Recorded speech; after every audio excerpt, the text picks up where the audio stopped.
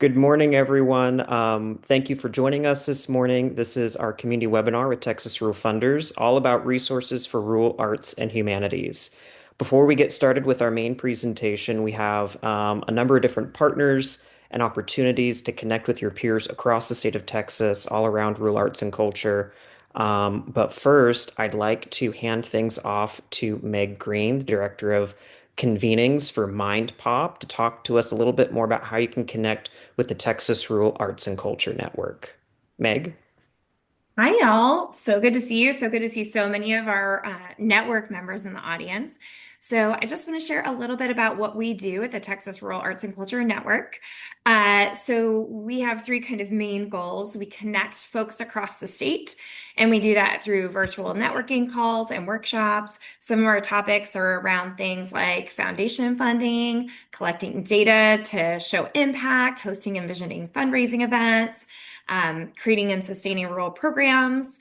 We work to increase visibility to funders. So we have a free online directory at texasruralarts.org where you can claim a free profile. I'm actually popping this in the chat so you've got it. Claim a free profile to amplify your work and to tell the story of your organization. And then we work to share resources among one another. So on our virtual website, we connect folks. We have a resource library. We've got a chat feature, a discussion board, and then we really connect folks at virtual and regional events.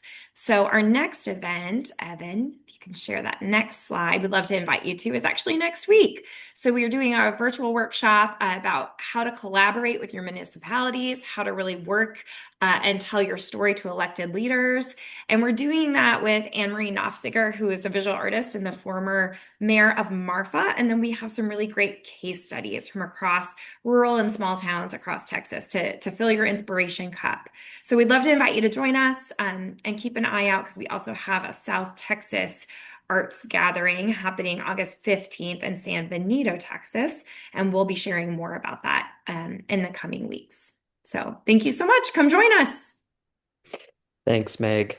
Folks, if you haven't connected with the Rural Texas Arts and Culture Network yet, can't recommend enough. Just the breadth and quality of the programming that they put on throughout the year to connect folks with peers, working with other cultural institutions across the state, but also connections to really great resources and workshops as well. So we really would encourage you to check it out. But this community webinar today is also connecting with partners at the national level, our state Humanities Council affiliate, Humanities Texas, to learn about other resources and opportunities for rural arts and culture here in Texas. This actually grew out of a summit in the Panhandle earlier this spring. Texas Rural Funders had the opportunity to join Humanities Texas and the Smithsonian Rural Initiative in Amarillo in March for a special one-day summit all about resources for rural arts and humanities. And we all, after the summit, put our heads together and thought there is so much great discussion, resources, and information in the room in Amarillo that we couldn't just keep it to the Panhandle. We had to spread it across the state. So, for those of you new to Texas Rural Funders, we are a network of philanthropy serving rural nonprofits and communities throughout the state of Texas. Throughout the year, we periodically will have these community webinars. These are open access learning fora for y'all to connect with and learn from other great partners working here in Texas and some of the resources that could help power your work. We're going to kick off this webinar with Andy Mink, the director of the Smithsonian Rule Initiative, to talk about different resources and opportunities to connect with federal and national level resources through the Smithsonian, as well as opportunities to help participate through America 250 celebrations this year. But if you'd like to stay connected with Texas Rural Funders, we'll be dropping in the chat and following up after this community webinar with links to our newsletter and our website resources so that you can stay connected for this and future community webinars. But without further ado, I'd like to hand it off to Andy Mink with the Smithsonian. Andy, take it away. Evan, thank you so much. And I want to thank you and Kelty and Texas Rural Funders for being such a generous and gracious partner in these efforts. And also, of course, our work with Humanities Texas with Eric and Marco, Bethany, and Jade has really been instrumental as we've expanded the Smithsonian's Rural Initiative in Texas. And I think what I'd like to do as I share this story today is to really position it as an invitation. I suspect that all of you have different perspectives of the rural communities that you're a part of or that you serve, or maybe that you're adjacent to. And I'm going to share things that we are working on currently. I'm going to give you some examples of the ways that this work is expanding in Texas.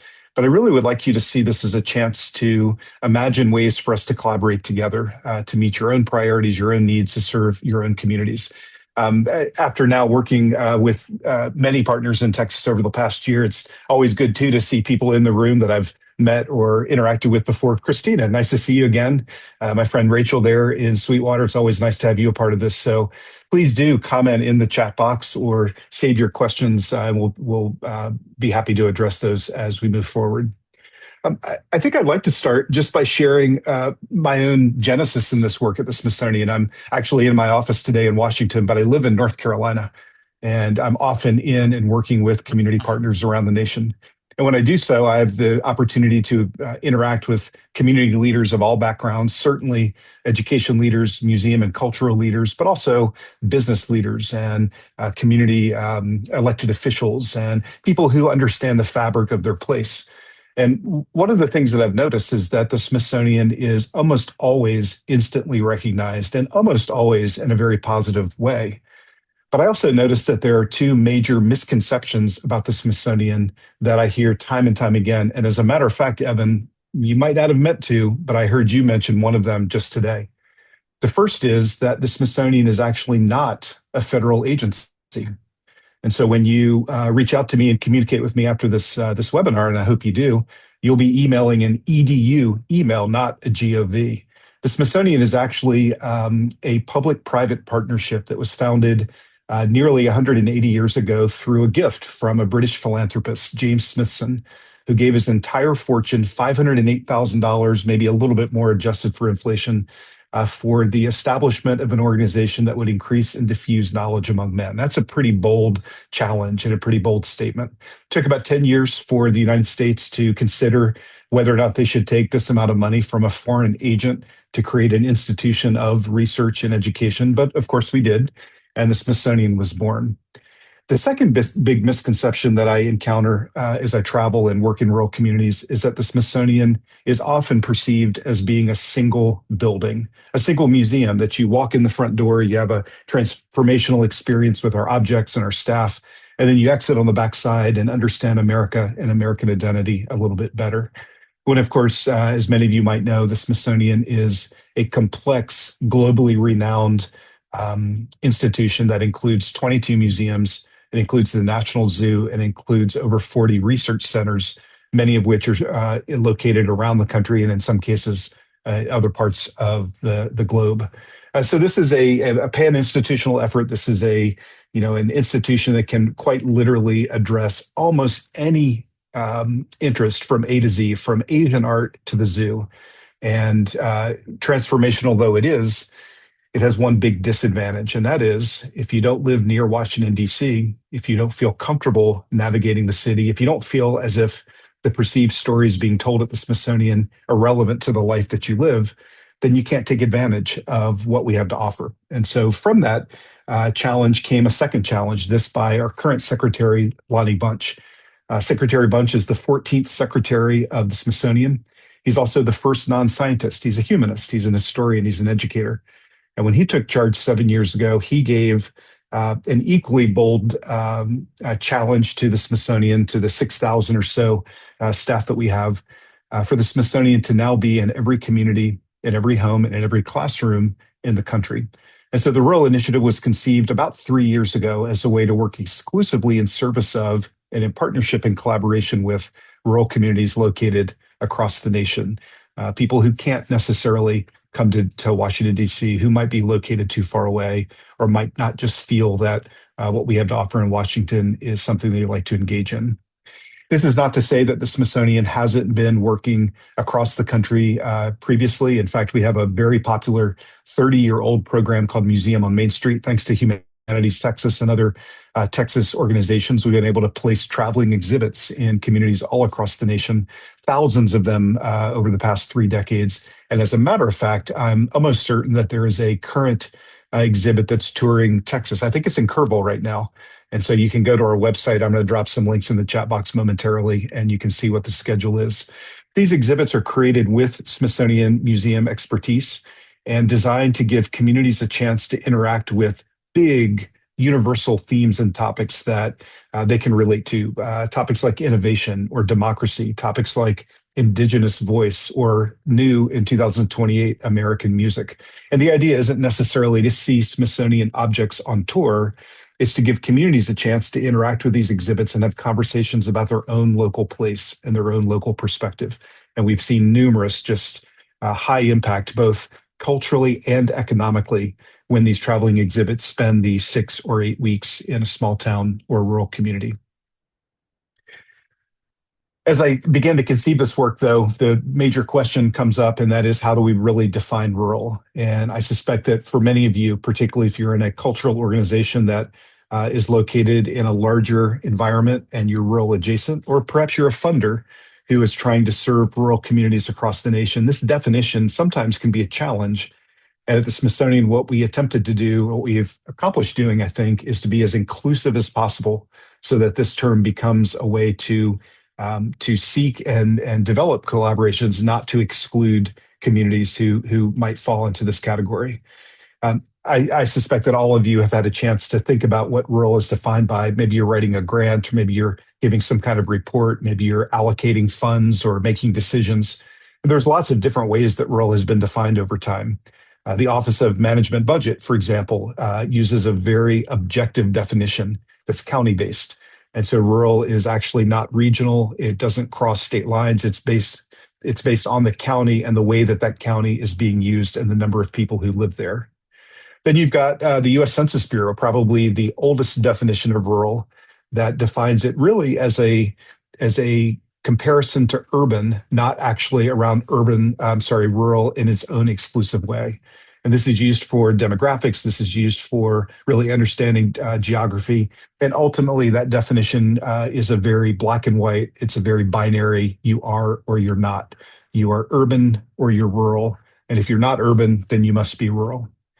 And then finally, we also have the USDA definition, which is much more nuanced. It's really used more for research and policy, trying to understand through a gradient scale the definition of rurality. And at the Smithsonian, we took all of these into account and really started to think about how we could define rural in a more inclusive way. We also, though, wanted to recognize that rural spaces change all the time. And it's really remarkable to me to start looking at maps around where people are choosing to live and the ways in which rural communities, including Texas, are starting to shift under your feet. And then, of course, that's becoming upon us to figure out ways to serve these spaces. You don't need to pay attention to all the micro details in this map, but do pay attention to the green. The green shows where by landmass where the population grew over 6%. Green would be the fastest growth between the ages, people of the ages 25 to 44. And this is before COVID. This is 2010 to 2013. And then if we look at after COVID, look how many people are now moving to, or seeking out classically defined rural spaces. Perhaps they are taking care of elder folk. Perhaps they got a wake-up call with COVID and want to be closer to family and friends. Maybe they can work through their laptop and meet as we are now, and they've decided to move to a place that has a better quality of life and perhaps is more affordable. But as this occurs, what also occurs is that rural spaces change. The populations rise. The need for services changes. The need of those people change. I'm seeing a very real, I'm saying this sort of anecdotally, I see a very real trend where people have lived in rural communities as young people. They've moved away for 15, 20 years, and now they're moving back. And they're bringing with them a wealth of experience and expertise and priorities that they want their rural community to experience and to benefit from. The other thing that we're noticing is that young people are not leaving rural communities the way they used to. This is a 5-year study conducted by the Nebraska Community Foundation, where they spoke with high school seniors and early college students around their interpretation of where they want to be. And at a clip of nearly 70%, young people in Nebraska are saying that they want to, sure, go to college, get a degree, but they want to come home. They want to teach in a community that like the one that they were raised in. They want to work for the family business. They want to invest themselves in the place that they hold dear.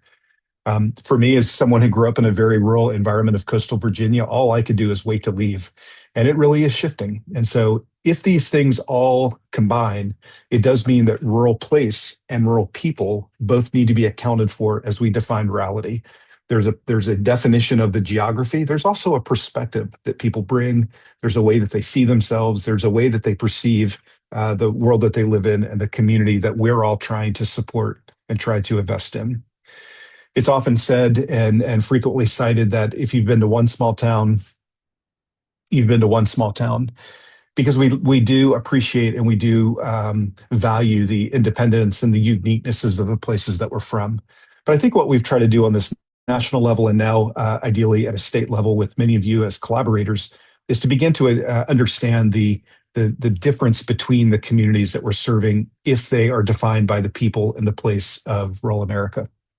In order to conceive this work in 2024, we launched a national rural need sensing research project in which we worked with a little over 4,000 community leaders from all 50 states, including Texas, to better understand who they are, what their priorities are, how we can best serve them, and to try to bridge that relationship that has to be built when any institution, any organization from outside comes to serve. It was affirming in this 85-page report that rural America, generally speaking, has a very positive association with the Smithsonian, and that they're very interested in working with us, collaborating with us around priorities that address real-world experiences and connect them with the very specific hometown culture and priorities of the places that they live and have invested in.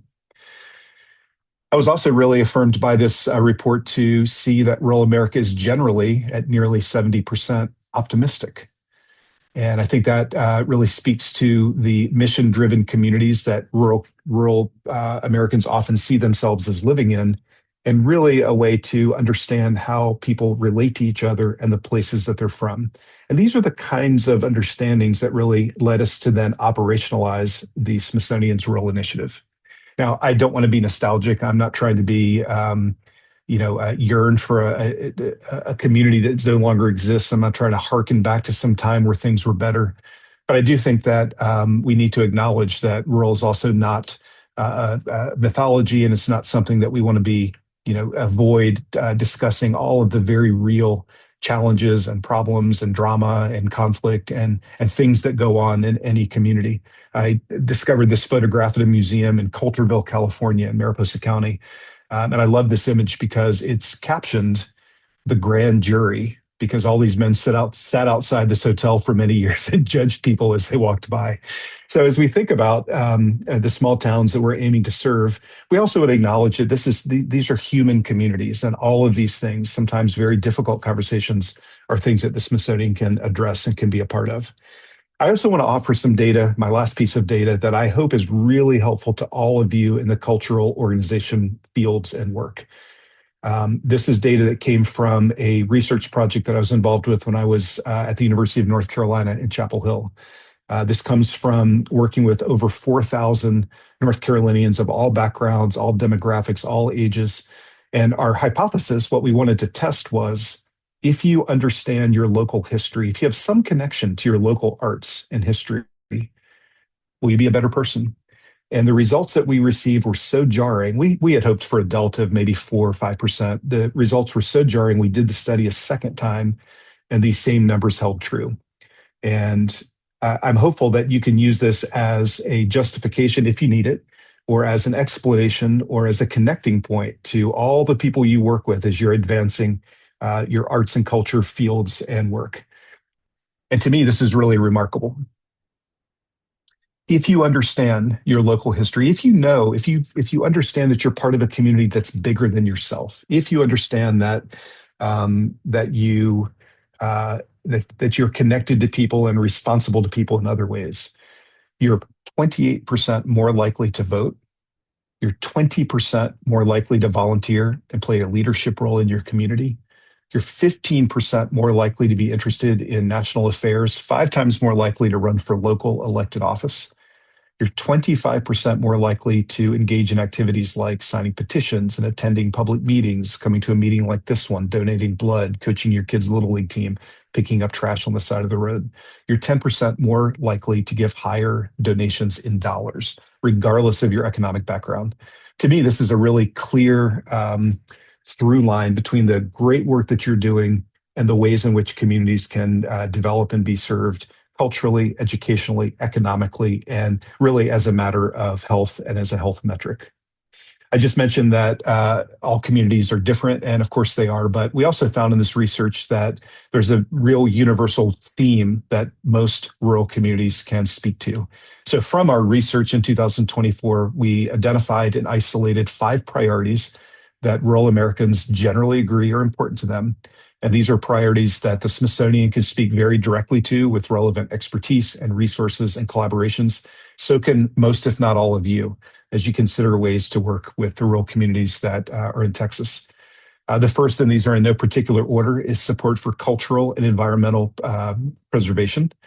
The second, access to art, culture, and history. The third, access to education resources and experiences that include career readiness opportunities and pathways.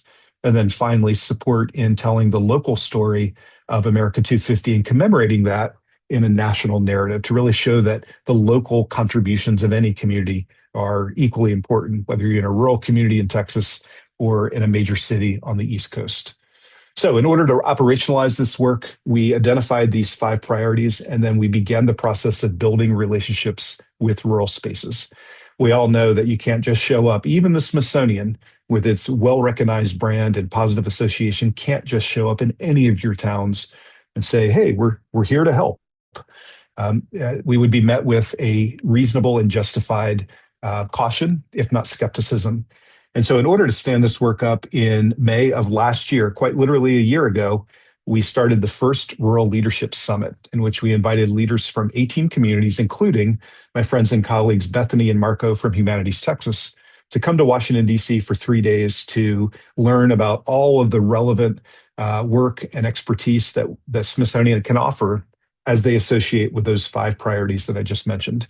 And then we invited each of these communities to return home and consider ways that we could begin to collaborate and expand in service of rural communities in those states.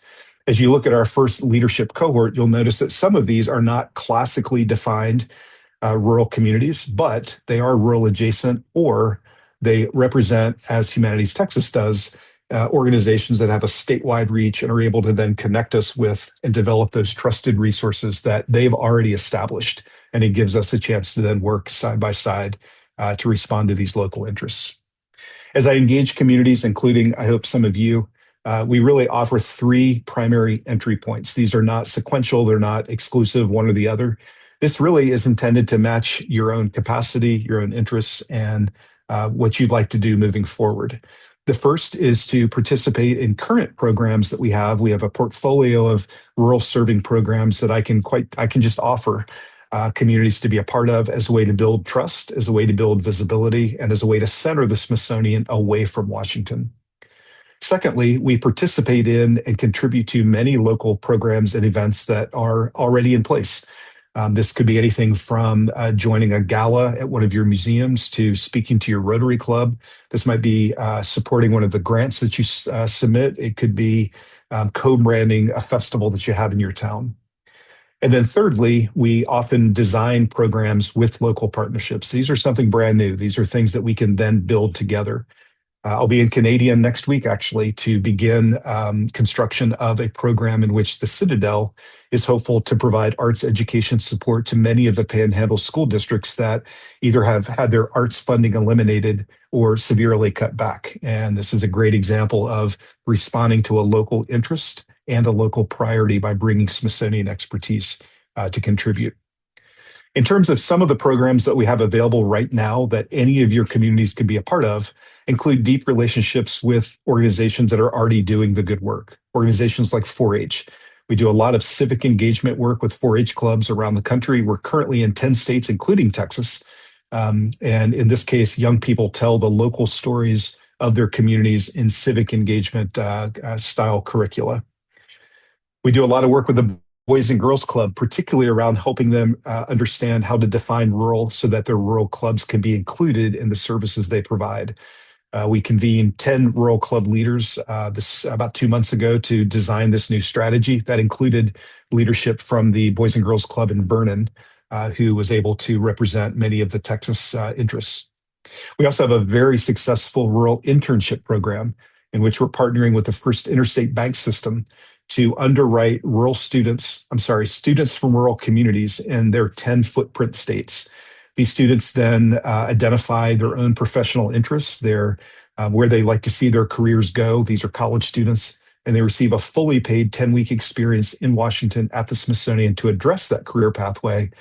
But most importantly, they return to their rural community to apply that in some tangible and some meaningful way. This is something I would love to expand across the country, including Texas. What I found often is that rural students or rural communities don't always feel comfortable applying for something like this. So creating this direct pipeline has really been a powerful way to address those two needs. And then finally, we have existing a Smithsonian Associates Rural Library cohort. And this does include a library right down on the border at the bottom part of Texas, who we hope will be with us.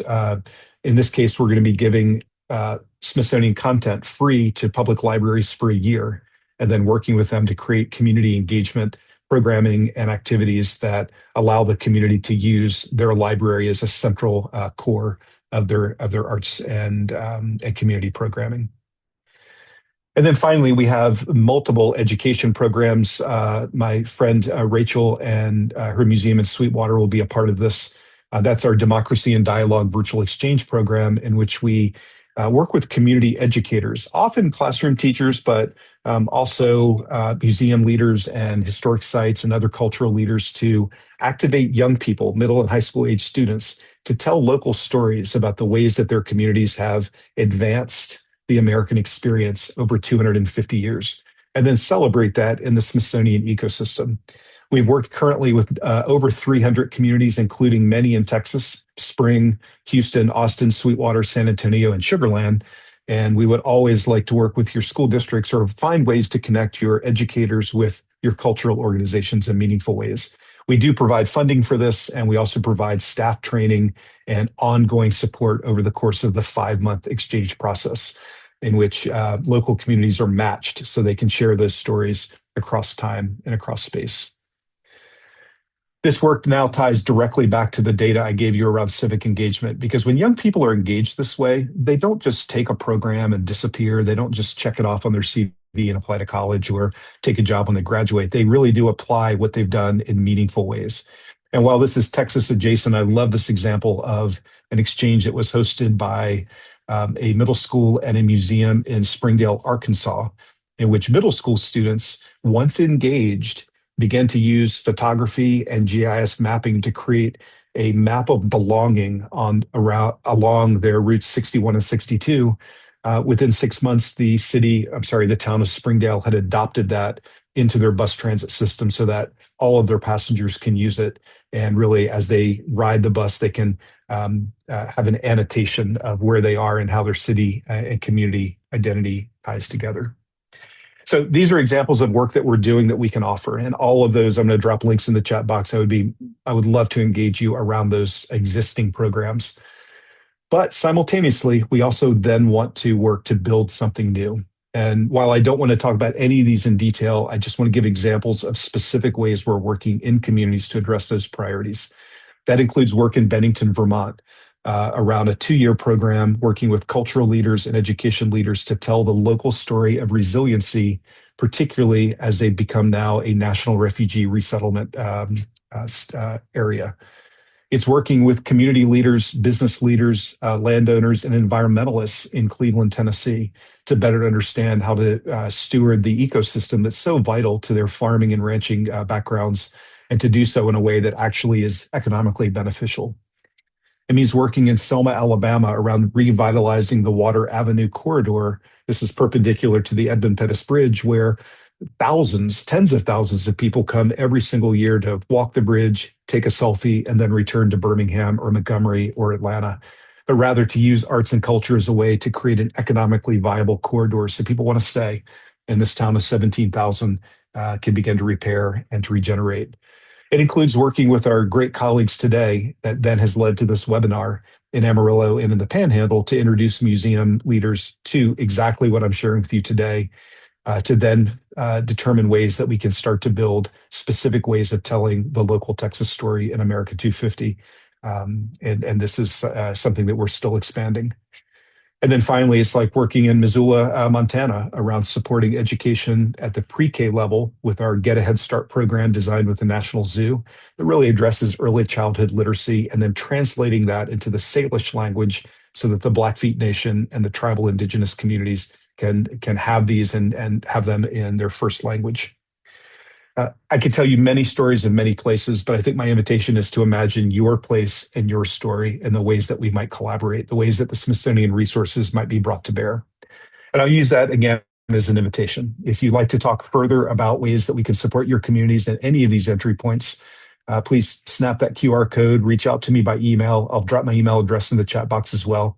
But just know that the Smithsonian is there as a national partner, not a federal partner, but a national partner who is now working very directly and very closely in small towns around the country. I'm going to stop there and now take this moment to introduce my friend Marco from Texas Humanities, who will share the next stage of the ways that this might roll out in Texas. Thank you. Thank you so much, Andy, and thanks again to Texas Rural Funders, Evan and Kelty, for partnering with us and working with us to bring our resources and grants to rural Texas. I'm so excited to be here and eager to share our information on grants and other ways that we can support your community, support your programs directly. We started working with Texas Rural Funders about 2 years ago on our rural grant, on outreach, getting the word out, being on the ground and directly supporting programming across the state.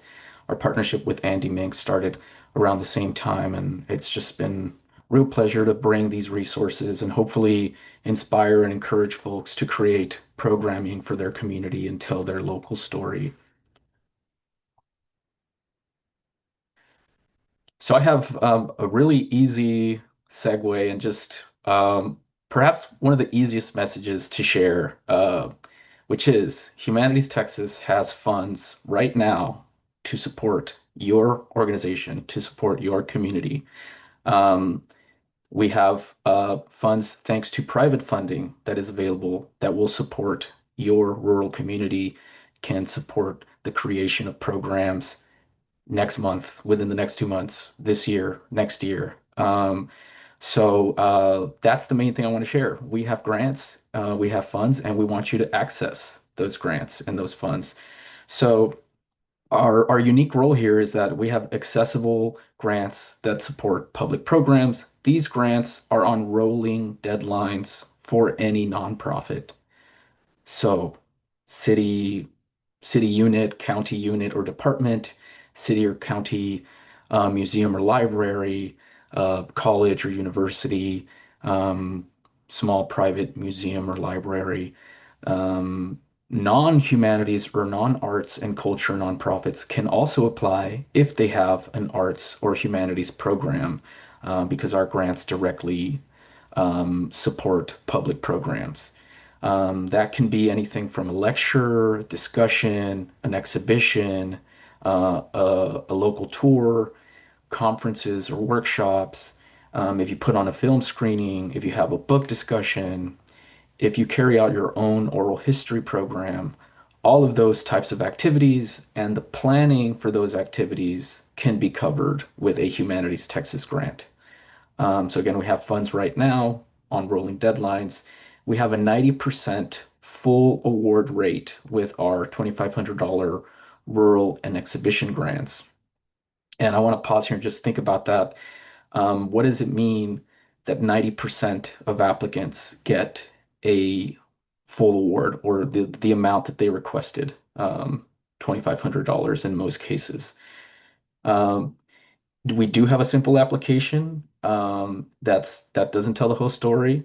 Um, is it because everyone in Texas is an excellent grant writer? That's not always the case. We have a 90% success rate because we work with applicants on proposals um, in the planning stage, in the application stage. As we're reviewing the application, if there are concerns or deficiencies or something's missing in the budget, you don't get declined because there's something missing in your proposal. We will contact you and we will work with you on a successful and competitive grant proposal. I'll highlight here our unique role in having open communication with applicants throughout the process. So our grants team works every day with applicants, with grantees, with former grantees.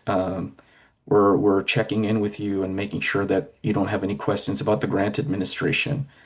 We're talking to potentially your director who's not involved in the program or your board member who's helping administer to help them through the process. We're supporting with submission of final reports.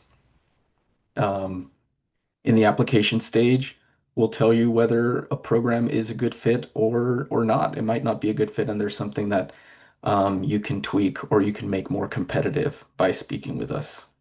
So we have a unique capacity in working directly with you on successful programs. Something which not every funder has the capacity to do, but we have this capacity at a statewide level for these small rural grants.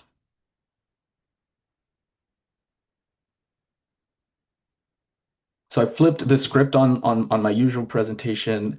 I want to engage, hopefully, if there aren't program directors in the room, if there's board members or developmental people in the room, I want y'all to think about what a small grant can lead to. A person in development or fundraising may not be thinking about a small grant, carrying out a public program. They potentially want to keep the lights on, or they're thinking about a fundraising drive.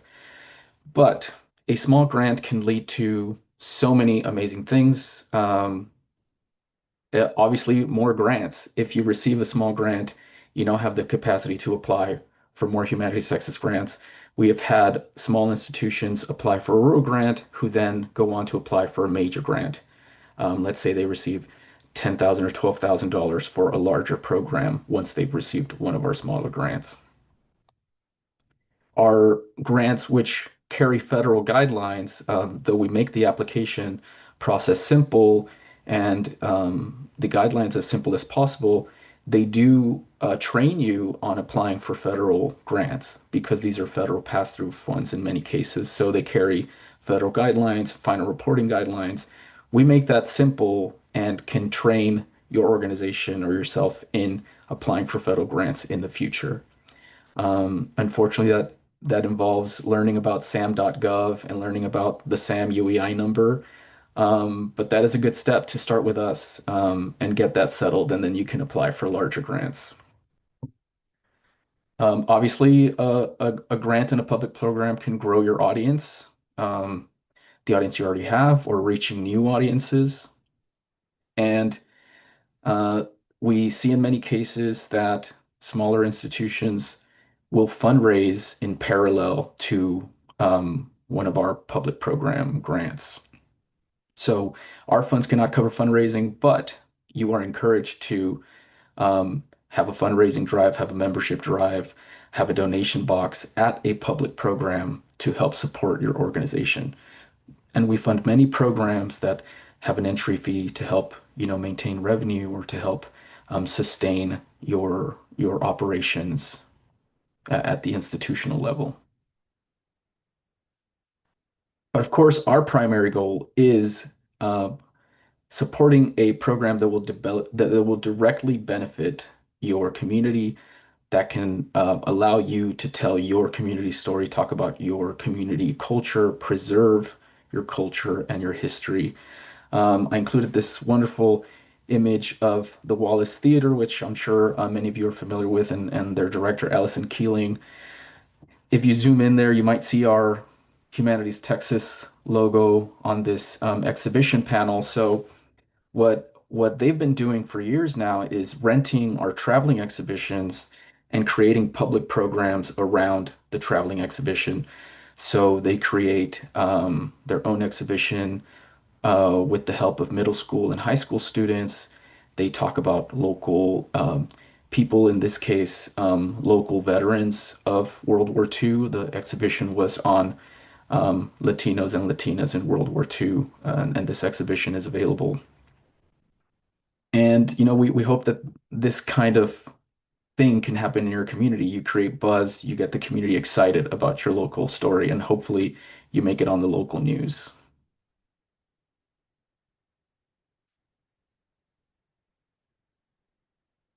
So I want to show everyone, give you an idea of our mission, our reach, our vision. These are grants awarded in the past 12 months. These are 89 grants that we've awarded. We've been able to award these grants even, despite federal funding challenges. Our operations grant was cut by the NEH, and that impacted our ability to award grants. But thanks to private fundraising and thanks to saving some of our funds, we've still been able to maintain these grant programs. So if you can see here, our most popular grant currently in the past 12 months has been the rural grant. We've awarded 28 across the state. I hope you can see the reach here. We want to put dots on the map. If you don't see your community here, I know it's hard to see with such a small map and small dot, but if you don't see your community here, I want you to talk to me. We want to fund programming in your community if we have not done so already. Something to know about me also is I will get upset if I hear about a cool program that happened without Humanities Texas funding. I'll run into people at conferences. They'll tell me, "Yeah, I did this. did this great exhibition oral history program." I'm like, "That doesn't sound familiar. Did you apply for a Humanities Texas grant?" When they don't, I hassle them and tell them, "Well, next time, please apply because we want to support your engaging and interesting programs that are happening for your community."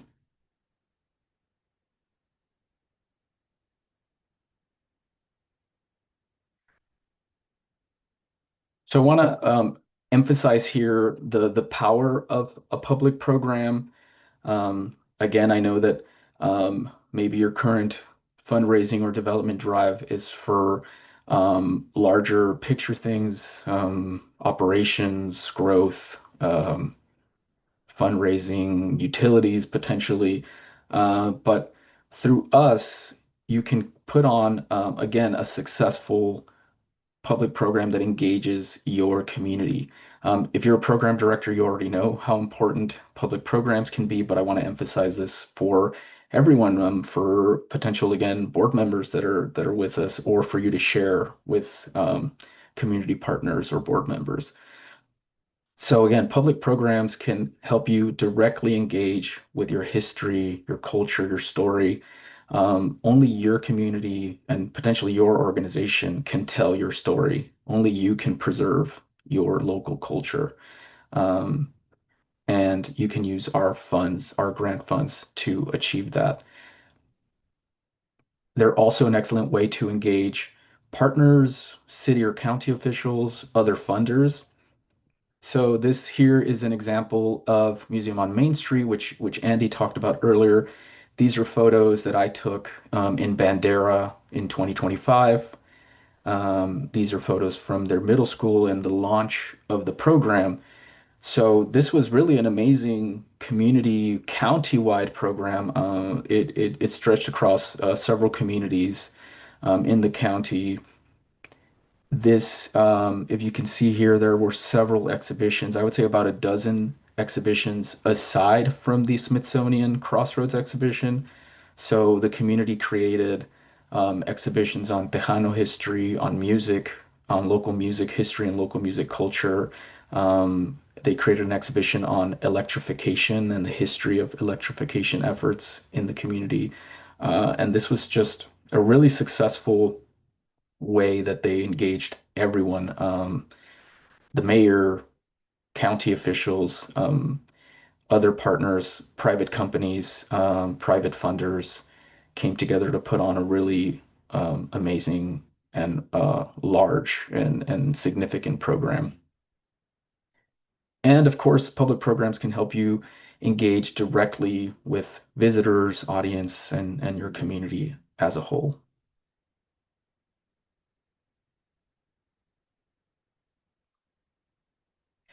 Talked a little bit about how we can help and we can work with you in the grants administration side, how we want to help you put on good programming. And here I just want to detail some of the ways that you can work with us directly. Again, conceptualizing eligible programs or competitive programs.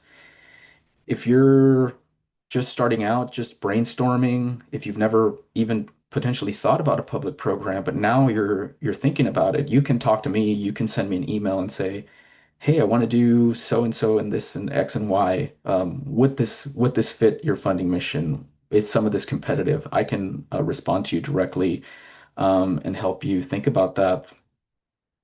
Importantly, with us, because we have rolling deadline grants, timelines are really important. So potentially, for example, if you have a program next week, we wouldn't be able to fund that. But if you have a program a month or 2 months from now that might fit with our rolling deadline grants, so you can talk to me if you have something coming up that you're excited about that you would like funding for. We can help you connect with our partners, connect with Smithsonian, with Andy, with Texas Commission on the Arts. We're joined right now by our friend Christina Saltos at Texas Commission on the Arts, and they've joined us in doing outreach and getting their grants out to rural areas, so we can help you connect with them. With the Texas Historical Commission, who runs the Museum on Main Street program, and our friends also at the Texas Historical Foundation. I didn't enlist Texas Rural Funders because they're here right now and they're helping already. So please connect with them also if you have questions about grants that are available for your community or for your region. We can help present information to your board, to your community, to your region. We've had several webinars in the past where someone will ask me, "Hey, this is all great, but I want to get my board excited," or "I want my board to participate in the grant administration." And I've presented to board members. If you can get your community together, your city officials, county officials, get them together for a webinar, we will be happy to give them a custom webinar where they can learn about how to access our grants or cover any specific questions they have about our grants. We want to see America 250 programming. This is an incredible opportunity to talk about local history, to connect it to the national story. If you have questions about that, we may have resources or we may have ideas on how to help you carry that out. Um, and I'll just emphasize that these grants are available and can fund pretty much any America 250 related programming, as long as it's humanities based, which it likely is, we can help fund America 250 programs. Finally, we can help you rent one of our traveling exhibitions. I'll talk about those a little bit. Soon we have traveling exhibitions. They're a very easy way for you to kickstart a public program and to get funding to rent one of these exhibitions and funding for a program. I actually have an example of that here. So this is to give you an example of our reach and the depth of our work. We try to be on the ground and try to listen to what people need and listen to what's engaging or what might serve the community. These are photos from a major grant. The Neil Cochran House created an exhibition named Juneteenth Rodeo based on the book and photographs by Sarah Bird. So they received a major grant to put this exhibition together. Um, Afterwards, we partnered with them and worked with them to create a traveling exhibition based on this initial Juneteenth rodeo exhibition. So our Soul Circuit traveling exhibition is available now. It's related to Sarah Bird's photos on the black rodeos. It's a very popular exhibition, and I'll talk about how you can access these exhibitions. But I want to give everyone an example um, of how we can respond or potentially partner or collaborate with your local history and local story. Um, and a quick time check too, where I'm coming up on the hour. So just wanted to let you know. Thank you. So I committed a major faux pas here by including my entire deck, but I want to provide this information for everyone, and hopefully we can share these slides with everyone. This will give you information on our types of grants, the different guidelines that we have, which I don't want to cover. My main point here is to get you to start thinking about how you can work with us and how you can access these funds. I've been talking about the rural grant. Um, if you're in these counties, you're eligible for this $2,500 grant. Again, it is a simple application on a rolling deadline with no cost share requirement. I talked about our exhibition grant. You can rent one of our traveling exhibitions and put on a program with these $2,500 grants.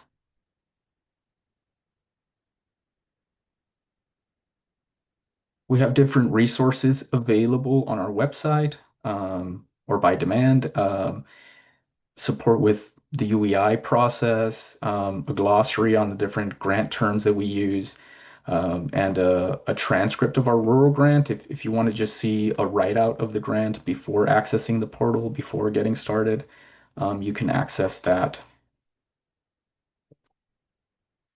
So we have several traveling exhibitions available right now. For that, please contact our exhibitions team. You can quickly book and rent one of our traveling exhibitions. Our grants can help pay for the transport fee for the exhibitions, and then if you have funds left over, you can put on a public program, help promote the program with our grant funds. I'll just show you some examples here of our wall hanging and our freestanding exhibitions. So again, if you have any questions about those, please reach out to our exhibitions team. I'll share this QR code. We'll share it as well. You can quickly book a phone call with us using our booking site. This is a really good way to contact us or just shoot us an email at grants@humanitiestexas.org. Finally, please join us in West Texas. We have 2 in-person workshops in West Texas, Midland, June 23rd, Fort Stockton, June 24th for any organizations in the region. And lastly, I invite you to subscribe to our newsletter. We may have grant opportunities coming up, webinars and workshops. We will release new exhibition titles soon, so please subscribe to our newsletter to find out about those. And lastly, just emphasizing again that we are here to support your work, support your grant administration, and we're in this mission together to preserve your local history and tell your local story. Thanks again. Thanks so much, Marco and Andy. We have about 2 minutes left. I want to see if anybody I know we've had a very robust conversation in the chat. Does anybody have a quick question that they would like to ask either Andy or Marco?